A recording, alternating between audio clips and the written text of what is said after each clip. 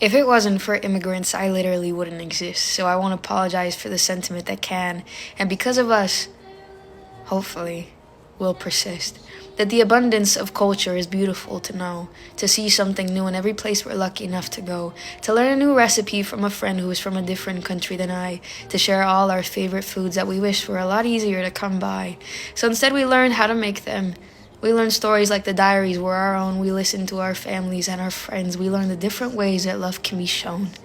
I went to the supermarket the other day, and mariachi played for all to hear. The grad students in the corner smiled as they grabbed the pack of beer. And the bread was freshly baked, so I took a second to take it all in. The abundance of diversity and how lucky we have been.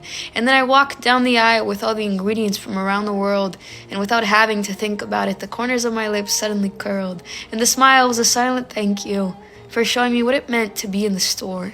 When my parents came to this country, it wasn't that they didn't want to be in theirs anymore. So though I was born in America, I learned to speak Spanish first. When the summers were hot and sticky, Mom made horchata to quench the thirst. As tostadas de ceviche dripped down my arm, I wonder how they would feel if they met the people they're trying to harm. As my dad plays the guitars he bought with his first paycheck from the States.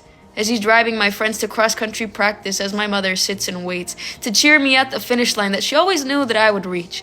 When I think of my favorite place on earth, it's somewhere in Mexico on the beach.